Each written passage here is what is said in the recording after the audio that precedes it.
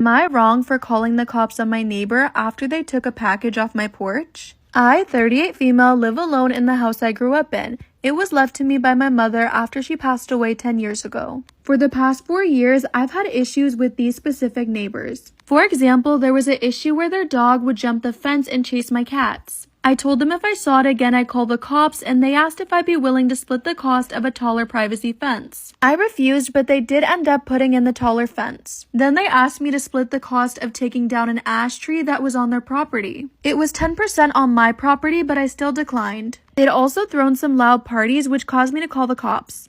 Am I wrong for calling the cops on my neighbor after they took a package off my porch? I'm out of town visiting family for a couple of weeks and have a friend that comes over to my house every day to check on my cats and check for mail. I got a notification the other day that some packages were delivered, so I texted my friend to let them know. Before my friend could get there, I got a notification from my Ring doorbell. I saw my neighbor on my patio and asked him what he was doing, and he said a package of theirs got delivered to my house by mistake. I told him to leave and that my friend would bring over his package. He said he's not waiting, and I told him if he takes it, I'm calling the cops. He shoved the package in front of the camera and said that's my name and address. He took it and I called the cops. Am I the asshole for not warning my hookup about the snake room? I have a ball python. She's 4.5 feet long, very lazy and chill, and mostly lays under her heat lamp in her tank. When I bought the house, I let her have the run of the room because I have extra space, and I also sealed everything and keep the lid off so she can roam freely. And I also made a big cat tree for snakes. And I have a few aquariums and terrariums in there with my octopus and lizard. And it's important to note that I have a sign on the door that says no step on snake. With that context, I had a guy over at my house for a hookup and we met at a bar, judge if you want. For some reason, he went upstairs to use the bathroom but opened the snake door. Am I the asshole for not warning my hookup about the snake room? He yelled from upstairs and slammed the door and said there's a snake in the house. I said that's my snake and she's chill. He came downstairs screaming at me saying that I should have warned him and that I was a crazy B-word for having a snake in a room. I asked why he was going through my rooms anyways, and he said he assumed that I would meet him in my bedroom. I told him there was literally a sign saying the snake was there, but he still called me crazy. Then he walked out and told me I should have told him. Am I the asshole for using my friend's logic against her and making her cry? I, 36 female, went no contact with my narcissistic family last year as I was done being their scapegoat. My friend was encouraging me to call my mother and reconcile for Mother's Day. I explained again the emotional and mental abuse I went through and her refusal to take accountability or seek therapy. She then lectured me on how it's hard being a parent because she's a parent and I'm not, and as the eldest, you should have helped your mother around the house more. And that I should let bygones be bygones and call my mother for Mother's Day. So I said, you'd think if I did more chores and accepted more parentification, that wouldn't have happened to me? Am I the asshole for using my friend's logic against her and making her cry? I said if it's too hard to be decent to your own kid, then you shouldn't be a parent. Maybe you should have helped your abusive ex-husband around the house more, and maybe you shouldn't have had dinner 10 minutes late. Because you know his job is stressful and it's hard being a provider and a father. Then I mentioned that next month is Father's Day, so you should call and reconcile with him. And how could I as a child stop the behavior of an adult when you as an adult couldn't stop your husband from doing that to you? She then cried and walked off, and our mutual friends agree she was wrong to pressure me, but that I did definitely take it too far. But I genuinely just did it to make a point. Am I wrong?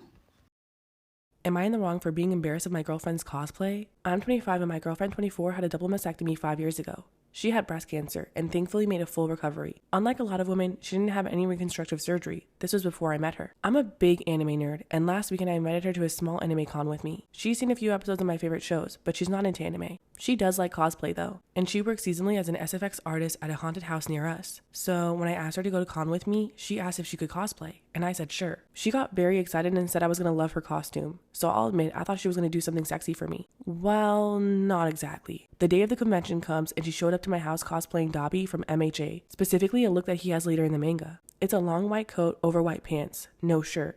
Her entire chest was exposed and she'd obviously spent hours applying burn makeup. She has short hair that she dyes constantly. This time, she bleached it white and dyed a few red streaks. I wasn't expecting her to show up without a shirt. Her burn scar makeup only covered half of her chest, so you could clearly see her mastectomy scar. It wasn't a very attractive costume, especially since she'd gone all out with the scars and made it look like raisin kind of realistic. We went to the con, and while a lot of people came up to take photos with her, I noticed several others looking at her chest. That evening, she said I had been quiet all day. and I honestly told her that I was a little embarrassed that she was flaunting her mastectomy scar like that. She got mad and said she was making the best of her situation and said that I was being insensitive, and she's been distant ever since. I'm starting to feel guilty. Today I messed up by hiring an S worker to have a threesome. Me, 35 male, and my girlfriend, 30 female, have been in a steady relationship for about 7 years. Our sex life has diminished quite a bit, but only in quantity and not quality. On average, we do it once or twice a week, usually on weekends. When we do have sexy time, I'd say about 50% of those encounters are preceded by sexy talk. We talk about things that we would like to do. We show each other videos we bookmarked during the week specifically for these interactions, and we talk about fantasies. All of this really elevates our experience and has become a really fun tradition of ours. Lately, threesomes have been a recurring topic in these conversations, either via video showcasing or fantasy theory crafting. But since usually there's sex right after, I believe we both get hit with the post-nut clarity and don't want to chase the subject further. So I decided to make it happen. We are mostly introverts, so meeting people while out and about was never going to make it happen. So I had to think of a different approach. And for this, I would have to bring the topic up outside of our pre-sex talks. So I did, on a regular Tuesday evening. My proposal was met with shock, excitement, and some doubts. We put our fantasies, worries, and planning efforts on the table and came to an agreement. Our first third wheel was going to be me and a male. We both tried a bit into the bi territory. It was up to me to contact and arrange the first meeting. This person has to be a trustworthy stranger to both of us, and she gets to use a blindfold during the act to enhance our who's who fantasy. Now this is where I messed up. I decided to hire a pro, since dating apps were failing me. After a few days of scrolling through various local sites of male offerings and the select few targeted at women, I found a guy about our age, had threesomes in his description, masseuse, and not incredibly huge in every area. I contacted him. He seemed like a real chill, down-to-earth guy, talked about what we wanted to do, and he was on board. A bit over budget, but I seem to have found exactly what I was looking for. I let my girlfriend know that Saturday was the day. I don't tell her who's coming or where I found this person, just that it's a he and he's coming Saturday night. We decided to use fake names for ourselves, because why not? We're newbies at this. She gets into her favorite lingerie, blindfold at hand, and the doorbell rings. I go down, open the door, meet the guy. He's as calm as he seemed on text. I explain our rules again, and we go up to the apartment. I won't go into much detail here, but we had the time of our lives. You could feel the levels of excitement going through the roof. My girlfriend didn't take the blindfold off the whole time, and I could tell she was really enjoying that aspect. The whole thing was over in about an hour. Guy goes into the bathroom with his stuff to clean himself and get ready to leave. Meanwhile, I stay in bed with my girlfriend. She takes the blindfold off, and we talk a bit. Both of us are in ecstasy and in a very happy mood. A few minutes later, the guy comes out of the bathroom and locks eyes with my girlfriend. She looks at him and says a name, not the advertised guy's name, out loud with clear surprise in her voice. He, with the same amount of shock as her, calls my girlfriend by her real name, and they start laughing uncontrollably. It turns out that this person was an ex of my girlfriend. The shame inside me was already immense when he turned to me and said, "You know, I could have done this for free." We're still in shock about it all, and while I think it won't permanently damage our relationship, I do think that this was our first and last sexual endeavor involving other people. I, 32 female, cheated on my wife, 32 female, and I feel terrible. How should I proceed? My wife, Rita, and I have been married for 4 years, and we dated for 2 years before that. I mostly do freelance stuff from home, and she owns a business with her best friend. Their business has always meant a lot to Rita, to the point where I sometimes think that she tied her self-worth to its success. When COVID hit and all the lockdown stuff happened, it hit the business hard. It took over Rita's life. She would spend a lot of her days there without coming home. Even when she came home, she was very tired and didn't have any time for us. This went on for months until things started looking up, but the next waves hit and the whole thing started again. Before this whole thing, we had a good marriage. We were open and spent a lot of time with each other. So when she stopped spending time with me, it hit me hard. I was understanding and didn't bother her. I took care of things at home and looked after her. But even after her business started doing better, she still spent most of her time there. I tried talking to her about it, but she would spend a few days at home and then go back there. I even tried taking her on a vacation, but she was distracted and worried about work. All of this left me feeling isolated.